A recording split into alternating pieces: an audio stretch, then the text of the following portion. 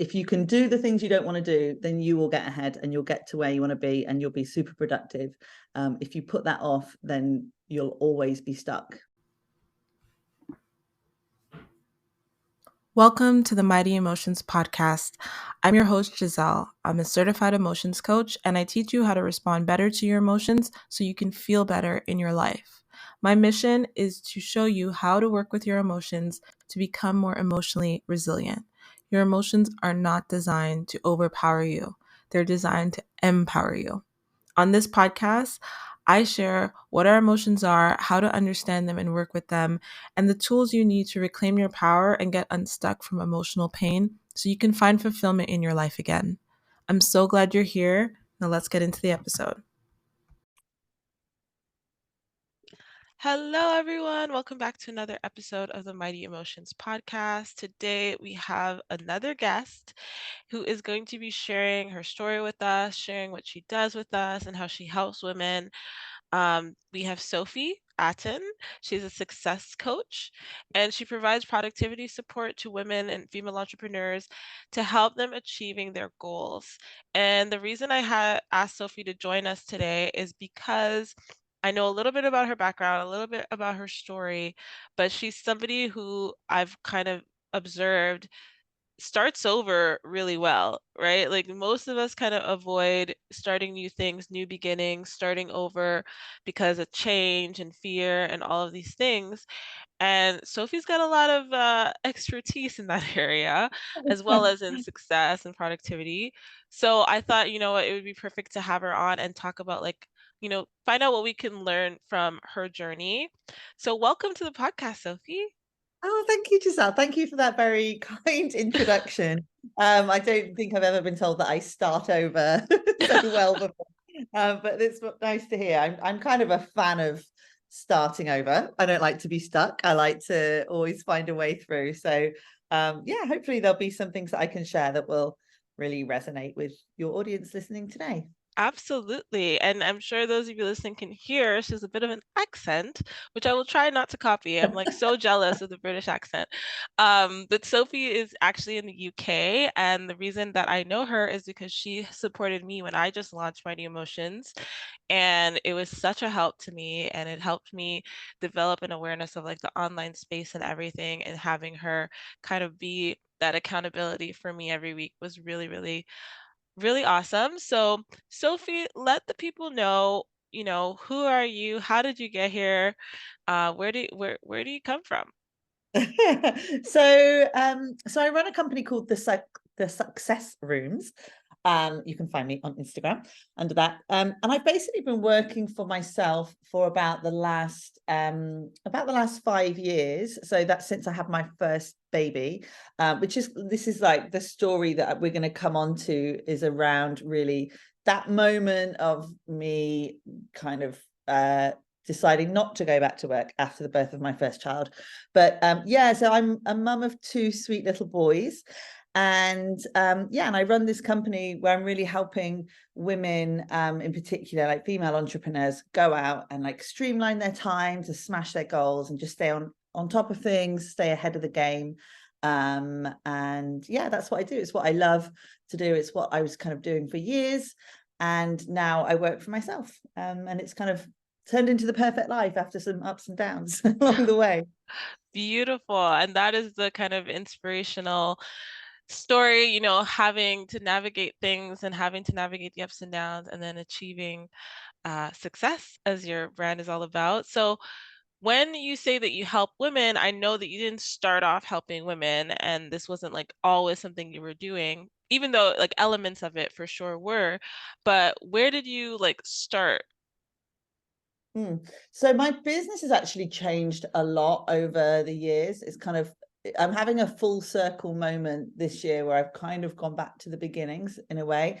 But so I'd never had my own business until I went on maternity leave. And I knew that I wanted a business when I went on maternity leave. I'd always known that because I'm someone who has to keep going and doing things. And I know this is different in different countries, but in the UK, you generally have a year off. And I was like, I was in a fast-paced job. I was leading a team of 40 people. And I was like, oh my God, how am I going to possibly just like be at home with a baby. Like, what Mm-hmm. am I going to do with my mind? Like, I always knew that I was going to start a business, but I didn't know what that was going to be. And so when I had my little baby, I would like take him to the little coffee shops with me and like write in my little notebook and try to plan out what I could do.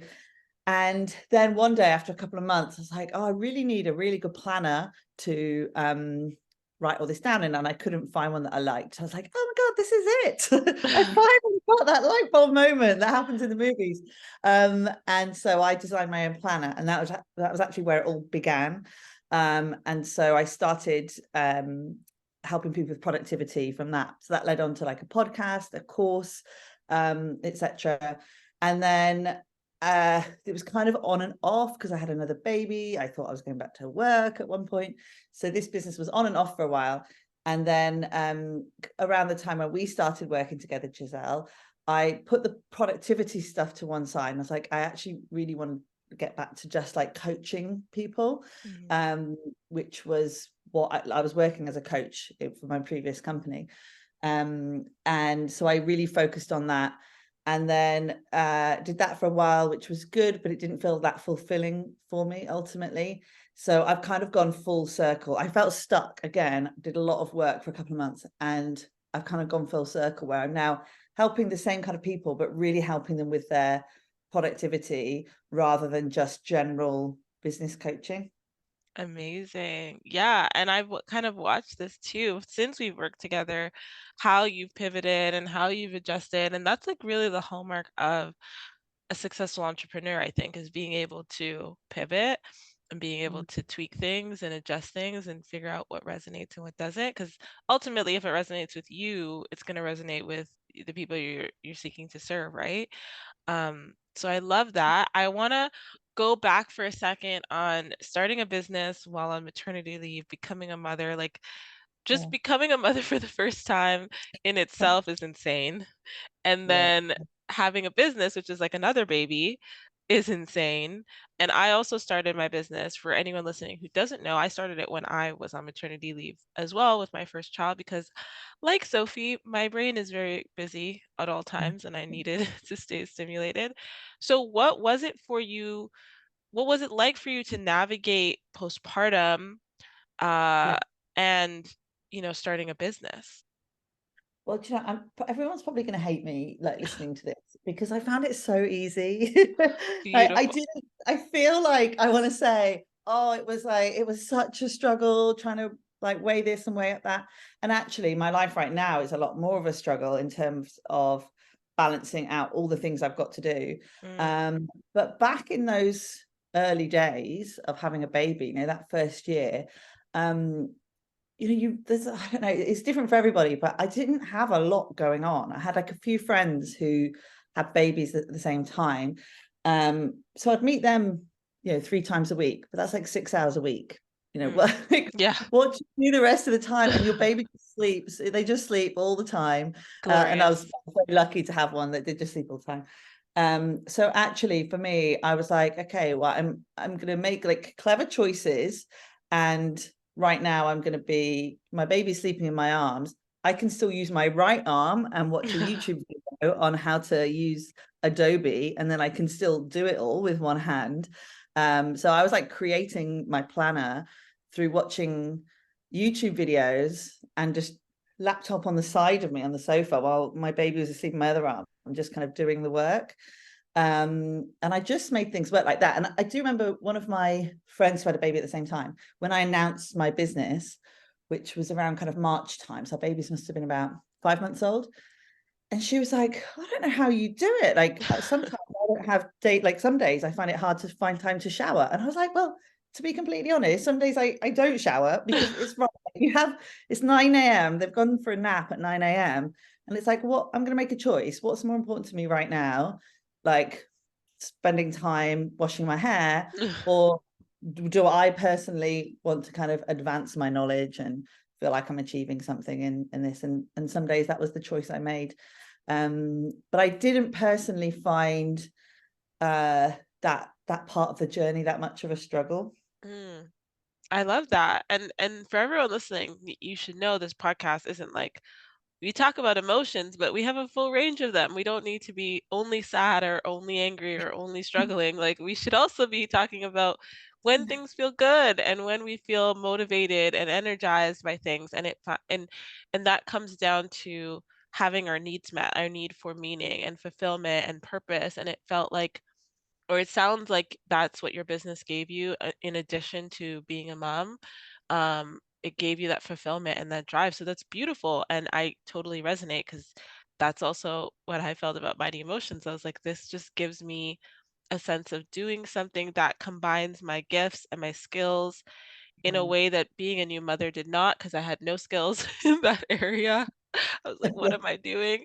And so it's beautiful. So thank you for sharing that. And when you kind of transition into having 2 children and running Yeah. a business, what was that like? I mean, that was quite hard. So for me, a lot happened at one time. So I got pregnant, and then so I got pregnant, and then a day later, I signed a contract on buying a new house.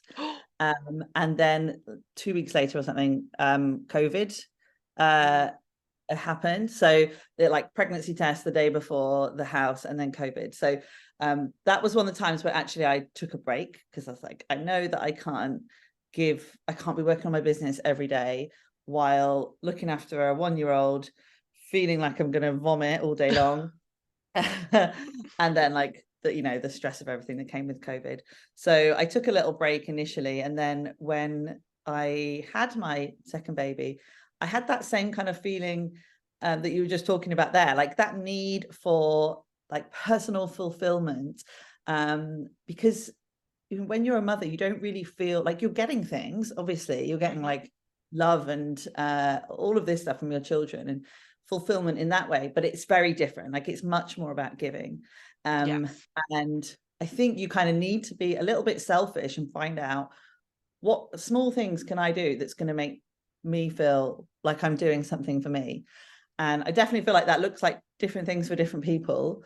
For some people, it might be like they have to do some kind of exercise, or they have to see their mum once a week, or whatever it is.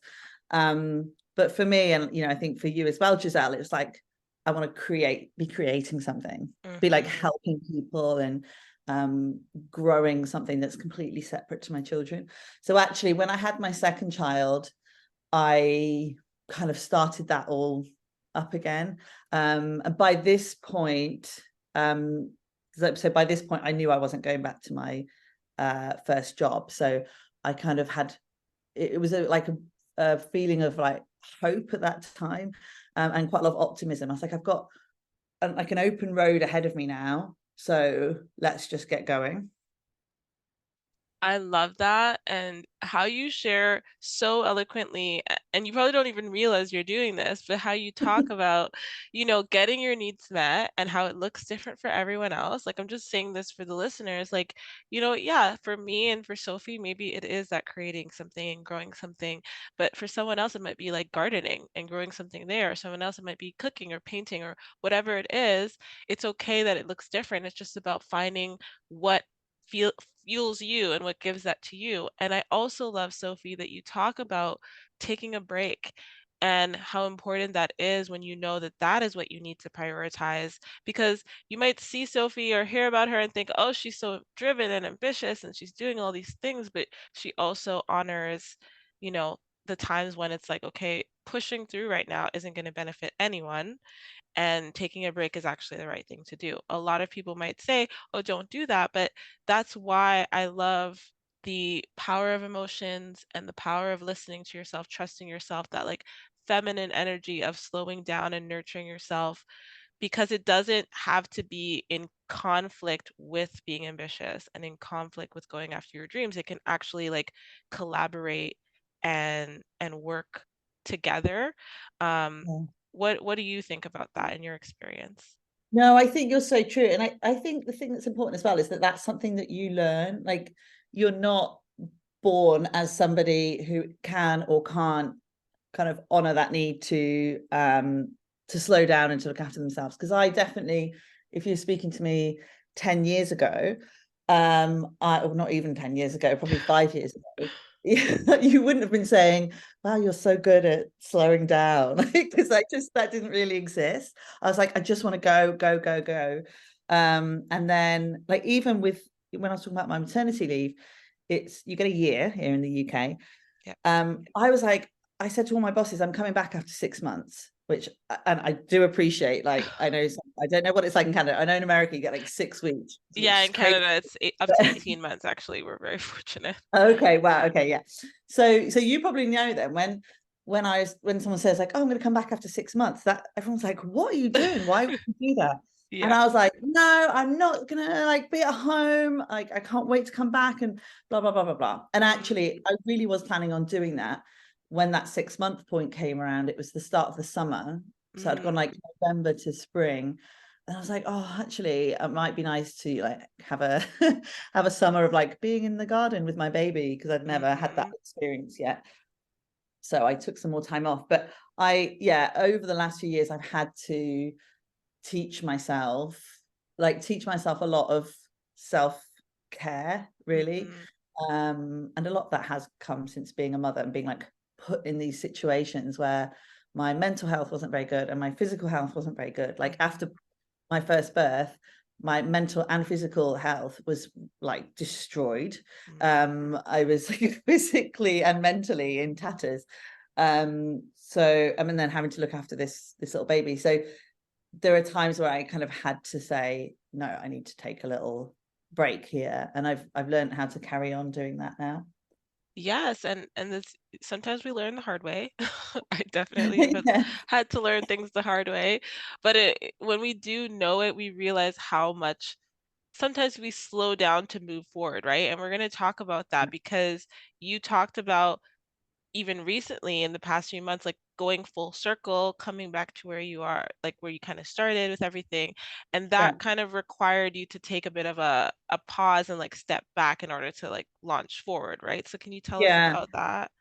Yeah. So I mean, I'm someone who, it's funny because I mean, Giselle, you know this, that I am not, I'm always saying like, oh, I need to work with you because you really obviously are really good at kind of getting deep into people's emotions and helping them feel comfortable with their emotions, which um for a British woman is quite hard to do.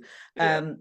I think that I'm naturally probably quite an emotional person, but I've been brought up to not show those emotions. So it's like, stiff upper lip, like keep calm and carry on. All of those kind of cliches are really very true about the British culture. Mm, So I've always been aware of that, and kind of I've been trying to fight against that, and trying to be like, it's okay, like it's okay to feel angry, or it's okay to feel sad, and this, but it's a bit of it's something I'm still working on.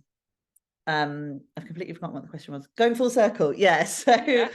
Um, so I've been becoming increasingly aware when I feel uncomfortable, like when something doesn't feel right, and you would Mm. probably have better language for that. No, that's perfect language. Yeah. Yeah, okay, perfect. So, and I can't be in that state. So, and maybe it's because of this like Britishness, like like no, like uncomfortable feelings in my body, like I can't deal with it. But actually it works as an advantage for me, because it means that I have to work through it until I feel comfortable again. So it kind Hmm. of, I guess in my younger years has probably stopped me from being in, I've never been in like a bad relationship, whatever. Like if I feel uncomfortable, I'm Mm. out. Yeah. And when it comes to my work, I just have to do the work to get there. So I was feeling increasingly uncomfortable at the end of last year about my business. It just wasn't giving me what I was looking for. And I literally spent 2 months, every moment that I had spare or like assigned as working time, like I worked 3 days a week, and then bits and bobs, I would just be like writing things out. I had like notebooks full of like spider diagrams, like trying to figure out what wasn't working, what I needed to go forward, etc. And yeah, ultimately I ended up realizing that the topic that I was helping people with just wasn't like lighting me up anymore. Mm. And so I worked out where to go with it. And it was like those feelings were gone. They were just completely gone. And so for me, that's my sign that I know I've landed on the right thing. And I just kept going because I kept thinking, I found it, I found the answer. And then I still felt uncomfortable. I still had that icky feeling in my body. Mm. So yeah, I would just keep going and going until it was gone, really. And then I've known every day since that it was the right decision. I love that. And that's why I love having guests on because people can share from their experience in a way that me as like a teacher, expert, whatever, can sometimes Mm. make it sound more complicated than it is. I really try to make it really simple.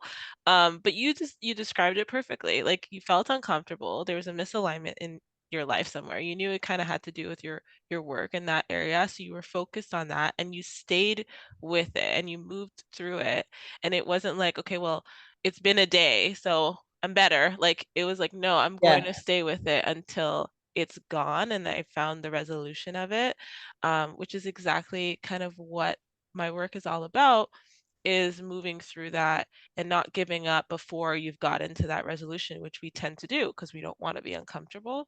So it's amazing that you were able to do that and actually get to the place where now you can have the uh, hindsight or the comparison of knowing what it felt like when it wasn't right and what it feels yeah. like when it is right. Yeah, and I think you're so right, because I was thinking as you were talking, it's like fear, isn't it? You get like the fight or flight. So Mhm. it's like, I have this feeling, nobody wants that feeling. So you have to do something to get rid of it. So you either like fight, you fight it and work through it. Mhm. Um, or you say, oh, I'm not enjoying this job anymore, or this job isn't working out for me, this, my own business or whatever the situation is. Mhm. So I'm gonna I don't want this feeling anymore, so I'm going to close the doors and go back to whatever I was doing before.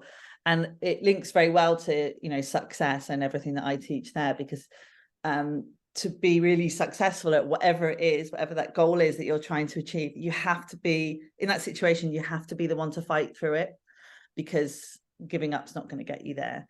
But yeah, you're absolutely right that's that feeling that we're all confronted with at some point. Mhm. And then do we stick with it, or do we turn our backs on it? And yeah, we can have And yes, and it's fantastic absolutely like consequences. you tying that into what you do is so important because I think everyone has different definitions of success, right? Like what Oh, success yeah, looks like for you and I are different. But the principle that you're talking about, being willing to fight for it, being willing to show up for yourself essentially and go after the thing that is going to lead to fulfillment and get curious and do that soul searching, uh yeah, it's so key to success, right? Because there's I love when you talk I want you to talk about this a little bit because you did a reels or you did a stories and then I told you you need to make it a reel, where you were talking about goals, right? And how oh we yeah, all kind of have this different way of looking at goals, but the reality is that success isn't this place we arrive at and then we're done. yeah. Like it's an ongoing thing. So can you talk a little bit about that? Yeah. So I was kind of talking in those videos about how, really, when you're setting a goal, so something you want to succeed at, big or small, people tend to look at it the wrong way. So they tend to look at like the really what the outcome of the goal would be. So they're like, I want this thing. So for example, I always use like running analogies, even though I don't really run. But That's fine. I'm always like, if you want to run a marathon, which is like nothing You've to do never with me done. or my business. But let's say, Giselle, that you wanted to run a marathon. When someone's like, oh, my goal is to run a marathon, that's that feels, it's like out of reach, really. Mhm. And actually having that as your goal isn't going to get you to run a marathon. So your goal is to be able to run a marathon. So like your goal is to be able to run what it may be 20 miles, in order to then be able to run a marathon. And that's the bit you can control. So my Mm. goal is to be able to follow this training plan that will get me to that marathon day. And so then it's like, okay, so what do I need um to actually reach my goal of following this training plan? Okay, well, I need to join a running club. I need to get a training plan. I need to like block the time out in my calendar. I need to get my husband on board. I need to do this and this and this. And then suddenly you've got the steps and you're able to like actually achieve that goal. And at the end of it, great, it's marathon day, and suddenly you're at the starting line and you run the marathon, but that's like the outcome of you achieving your goal. Yes. So The but result. when you're focused on, I want to run a marathon, or I want to make $10,000 in my business next month, that's not really a real goal. Like your goal needs to be, okay, I want to do XYZ so I can sign these clients or whatever. So it kind of brings it a step closer and makes it much more manageable and like a human process. Yeah, and it keeps you in momentum, right? Because if you're, say, not looking at it, oh, as I want to run a marathon, but I want to be able to run a marathon, I want to be able to run this many kilometers or miles or however your measurement is, that keeps you in momentum because, like you said, that's something that it is measurable. Like you can achieve that, you can know Yeah. I ran this amount, and whether or not you did it in a marathon or you did it on a regular Sunday by yourself, like you can be proud of having accomplished that. Um, Yeah. yeah, I love that. And it goes back to like knowing what success would look like for you instead of Yes. using these like arbitrary yardsticks like you see online, like in the case of business, let's Oh, say, I want to make $10,000 months. It's like what, so why? yeah. You know why? And like how would that actually be broken down into a goal? Like if you could explain to the audience, like I want to make $10,000 months. Okay, that's kind of a result, but what kind Yeah. of would be the goals behind that? Yeah, well, I mean, it's kind of it's hard to say because it would be so different for everybody else. But Mm, like the first off, you want to forget about those arbitrary figures. And honestly, if you're ever thinking of working with any kind of business coach who's always like, "Oh, do like 5K months with me," and like it's just they're focusing on mm-hmm. totally the wrong things. So firstly, that should not even be a goal. But then, yeah, you want to be thinking about like actually what am I not doing enough of in my business? Like, or what am Mm, I finding hard? Where do I need to push myself um, that I know is going to advance my situation, my business, or whatever it is? And the thing is, if you ask yourself these questions, if you sat down and I said, right, write down 10 ways in which you are not quite pushing yourself to 100% in your business, it would take you 2 seconds. Like we all mm, know what those areas are. yeah. We know the weakest areas or the things we don't like as much. Then that's your goal. So whatever it is, like, oh, I don't post on social media enough. I don't show my face enough. I am nervous to do podcasts or to speak live. I don't sell my I can never talk about my freebies or I never talk about my offers. Whatever it is, like, okay, so here's your things. Start doing those more. Like that's your goal. You do more of each of these things, and then your business will grow and you'll make more Mm-hmm. money. You'll have more success. So it's just about focusing on the things that you can actually do. It's funny, I Yes. was talking this morning. So I do accountability coaching one-on-one, which is where I'm just on Zoom with somebody who runs their own business. And it's very interesting because it's at the heart of it. It's like we sit down each week, talk about what you were going to do this last week and how it went. And then we set your goals for the week forward, which sounds very kind of simple, but actually it's a much more emotional, deep process than that. And it looks vastly different to different people I work with. But I was speaking to this woman this morning, and she runs a very big construction company. And she's working on this huge project that's going to take like a couple of years, basically. But she's working with me to help her on this one specific project. And I asked her, because I thought, I've never really asked her this, like, do you have a date in mind for when like you see this new thing opening, like this new project opening? And she's like, no, because for me, that wouldn't motivate me. That would freak me out. Mm, I just have to know, like, what do I need to do next? What do I need to do next? And that is who she is. She comes into the meetings with like every little next step for the week written mm, out. And we talk through those in detail. Whereas like I'm more of a big picture person, and I would know, like, I would be able to visualize it in my head the day in which that project starts or that part of the business opens. So like you're saying, it's so personal and it looks so different. Like success looks so different and motivation looks so different.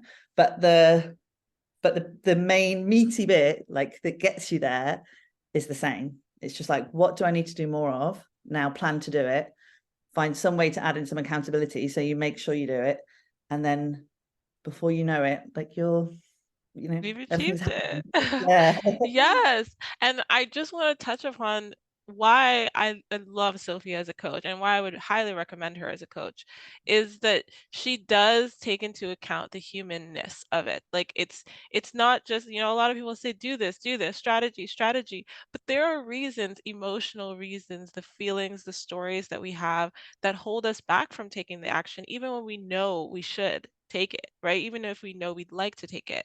There is fear that comes up. There might be shame that comes up, and we're questioning ourselves. We're doubting ourselves. The insecurities. So having a coach like Sophie, who is even by nature emotional and who is understanding and who is empathetic, helping you with those goals, you're not going to get a like harsh rah rah coach. You're going to get that push. You're going to get that support, but from someone who's also going to validate where you might be struggling and giving you a space to open up about that. So I adore that about you, Sophie. And I'd love to know kind of what's your self-coaching, because I know all of us coaches, we should have coaches, but we should also self-coach all the time. How you Mhm. self-coach yourself went through that as Yeah. well. Yeah, oh, absolutely. I'll definitely tell you about that. And just while you were talking, it made me think. I was watching something this last week, and they said, like, to tie into what you were saying there, they're like, well, you have to like get the help to achieve your goals, whatever they are, because if it was just about finding out information, we'd all be millionaires with like six podcasts, which is so Right? true. Like, it's not like anything that we're all doing out there in the world, whether it's like going to the gym, building a business, like being a mother, whatever. Mhm. uh it's not that like we just need the information, like we need the support to get us there. Yes. That's why actually, like the work you do is so important. But people will get information from looking on your on your Instagram page and listen to your podcast, but they'll Mhm. get so much more when they actually speak to you in real life, Oh. which like it's a whole different level when you're actually working with somebody who will support you with those goals. Mm. But yeah, in terms of like self-coaching, and again, I think this looks different to everybody. And I was trained as a coach from a long time ago, Mm. so I know the coaching questions to ask. I've quite often thought about finding a way to like get these questions to other people, whether it's in like a free download or something, because I do think if you haven't been a coach, you might not know quite the best questions to ask Yeah. yourself. And very happy to help if anyone's listening to this and they want some of those. Just DM me and I'll definitely send you something. But I do two things to self-coach. So one is that I have a notebook that I love, and I sit down and I just write down a question and scribble down the answers. Like I said, I do like 10 spider diagrams a day when I'm in this kind of process, because it's just all about brainstorming and then like Mhm. coming back to these things. But I also, and like I still feel embarrassed saying this, I shouldn't really, but I like literally talk to myself on my phone. I will record. I've never once listened back to any of these, but I always record them. And I might just be sat at home, I might be out walking with headphones on, Mm. and I will talk to myself. I'll be like, okay, Sophie, so how are you feeling about this thing? And then I'll answer it and I'll say, that's interesting. Now I noticed you said this word. Why did that come up for you? And I'll be like, oh, okay. And it's so silly. And like, I hope nobody ever hears these recordings, but it really helps me get to that place of clarity. Mm. So I recommend it if you can get Yes. an idea of like feeling silly. No, I love that. We had another guest on the podcast. If you guys haven't listened to the episode with Tyler, where she talked about, she called it kind of voice journaling, and it is the same idea. So I love that you bringing it up in this context too, because again, it's a basic kind of tool that can really help when we hear it out loud. When it's in our head, it's like Yeah. You know, it sounds different than when we say it out loud and we're like, "Oh," and we can start to interrogate ourselves and challenge those thoughts, and that is essentially what's gonna help us get to that clarity and uncover that. So I love it, and I love it because it's caring for ourselves and approaching ourselves in this non-judgmental way. It's like I'm just Yeah. saying it, and then I'm reflecting on it, and I'm not beating myself up or being critical about it. Yeah, exactly. And I I can distinctly remember some of these like voice coaching sessions that I've given myself being pinnacles of a moment of change in my life. Mhm. Like certainly when I decided to go back to doing coaching rather than just like the courses, etc. I remember really clearly that I had that uncomfortable feeling I was talking about. I needed to figure out what was happening next. And I can't I didn't have my children. I think my husband must have said, like, go get a coffee. So I was like, great, got a coffee. It sat in the middle of a park. It was a busy park, but like no one could hear me. Mm. And I sat and did one of those. I thought people just think I'm on the phone. So, yeah. So that's Yeah. fine. Like no one knows what I'm doing. And yeah, that was like a moment of me making a decision uh to change, to like to follow up with like what was really important to me. And yeah, to kind of move forward. I love that. So to tie it all together, I feel like what I'm hearing you say, and it again, it ties into my coaching, is that starting over, starting something new really comes from connecting to ourselves and getting that clarity and that self-awareness, being honest with ourselves about what's out of alignment, what's not working, and then being willing to fight for our our wellness, essentially being willing to fight for our well-being and stick through it, work through it, because we're going to be doing it over and over and over, and also Yeah. getting support, right? Like I talk all the time, like my coaching isn't about accountability. I'm not here to point a finger at you. Like you can be accountable Yeah. on your own, but you deserve to be supported. You don't need to go through it all on your own or try to figure it out all on your own. It's nice to have someone who does know what kind of questions to ask. Yeah. Yeah. And I think as well, like depending on what the situation is, and I know your audience is probably more broad than mine, whereas mine's just mainly business owners. But you definitely, you can't do anything on your own. Mhm. And it, like for my audience, like inside their business, it can be really hard because they might be surrounded by caring friends and family, but they're not really the right people to support you. Yes. You need to find somebody who is um like either like a coach in the kind of industry you're in, or a peer, Mhm. so someone who actually understands what you're going through. Because I have a lot of people, I had someone in tears with me recently because she was telling me about, in accountability coaching, she was telling me about what she was doing, and then she started crying. She was like, I'm so sad that I can't talk to my family about this Mm. because they just don't understand. And that's really hard. So when it's like a business thing, you need to find somebody who understands like running an online business to talk to. Mhm. But the other thing I was also going to say is like, because your audience is more broad, sometimes you need that person to step in. Might be like a family member. Like when I was going through one of these periods of change where I was not returning to my job after my maternity leave, and it was a long convoluted situation, but the stress of it, I was having to negotiate with my HR people, like the CEO of my business. And the stress of it got so much that I kind of broke down one day, and I was like, I can't handle this. And although this might sound really weird, I'm having my husband take over. Mm. So I just was like, I cannot speak to these people anymore. And yeah, my husband went to all the meetings, dealt with all the emails, because I was just on the brink Mhm. of like, my mental health had got to a point where I couldn't hear about it, see about it, speak about it. And everyone was fine with that. And Mm. I didn't really have any option anyway. I didn't really care if someone was going to judge me, but actually everyone was fine. And yeah, I needed him to step in just so I could completely step back. So yeah, I think you have to just, whatever your situation is, when you need that break, whatever it is, or you need that support, you need someone to step in and help you.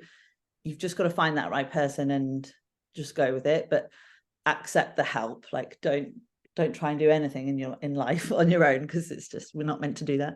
Absolutely. And that's the last point I'm going to touch on is that how finding the right sources. I'm going to do another episode about this as well because we think sometimes that, oh, if I need connection or if I need play, if I need whatever, I can just go to this person because they're closest in the vicinity to me, but they Yeah. might not be the right person, right? And so we'll end up feeling even worse about it. And so, absolutely, what you said, whether it's in business or in life, is to be mindful that your needs are being met through the right sources, right? So I love that so much, Sophie. Everything you said translates so well. Thank you so much for sharing, your vulnerable experience, the ups and downs, and how, even you just sharing about your husband needing to take over because you needed to preserve your mental health and accepting that help. That just helps other people know who might be looking at you, that behind the successful businesswoman, mompreneur, driven and ambitious, successful woman is a human, right? And Yeah. that's what this this is what this show is about. It's highlighting the human behind, whatever your coach, whatever you may be doing to support other people. You're a human too, and you've had to navigate things on your own to get you to be able to do this. So thank you so much, Sophie. Can you just let people know where they can get in touch with you, where they can find you, what you're currently offering? Yeah, absolutely. And thank you so much for having me, Giselle. It's been a real pleasure. As I say, I'm not really that used to talking about my own emotions. I get them out of other people all the time. This is kind of new for me. So it's actually been really enjoyable to do that. Yeah, so you can find me best places on Instagram. So I'm just the Success Rooms. And yeah, I help women with their productivity in all kinds of different ways. The main thing I'm running at the moment is this accountability coaching, which I just love doing. And it's hard to put into words what my clients get from it, because it's so much more than just talking about what we did last week and what we're doing next week. But I open up for that every month. So the best thing to do is to come and chat to me on Instagram, and I can send you to all the right places. Also, I ran a podcast like years ago, and I've been talking about coming full circle. That's just started up again. So it's called Staying on Top with Sophie, like wink, wink. And that's out now. So yeah, you can find me on everywhere, like Apple and Spotify and everywhere. And I finally, I'll say, oh, sorry. No, no, no, go ahead. I was gonna say I love the cheekiness of it. Yeah. Staying I recently did a poll on this like group I'm in. I was like, so does anyone think this is a bit too much? Because I'm gonna like bring the podcast back. And I think one person was like too much, and like 99 people were like, we love it. Yes.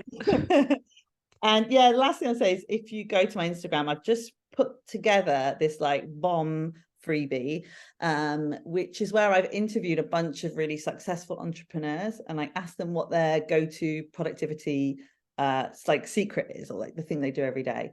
And I've compiled all their answers and put it into this like really, really great document. So it's there with like all this info in there telling you how other people are getting ahead, and how you can do it too. So yeah, you can also just get that off my Instagram. So hopefully that'll bring a bit of help to some of your listeners. That's amazing. Absolutely. I'm going to link that freebie below, link Sophie's podcast and her Instagram, of course. Thank you so much, Sophie, for coming on. If you could share one thing, one last message with the listeners about productivity, success, and what that journey is like, can you share that with us now? Oh gosh, oh Giselle, you're putting me on the spot. One, I would say the one thing about getting ahead is you have to do the thing that you don't want to do. And that's, if you can do the things you don't want to do, then you will get ahead and you'll get to where you want to be, and you'll be super productive. If you put that off, then you'll always be stuck in one place. I love that. Perfectly said. Thank you again for being a guest, Sophie. I hope you guys got so much out of this episode. I definitely did. And if you enjoyed Sophie as my guest, check her out. Let me know. Send me a message. Maybe we'll do a future episode. Who knows? Maybe I'll be on her podcast. Who knows? But definitely connect with her. And I will see you guys in the next episode. Bye bye. Thank you so much for listening to today's episode.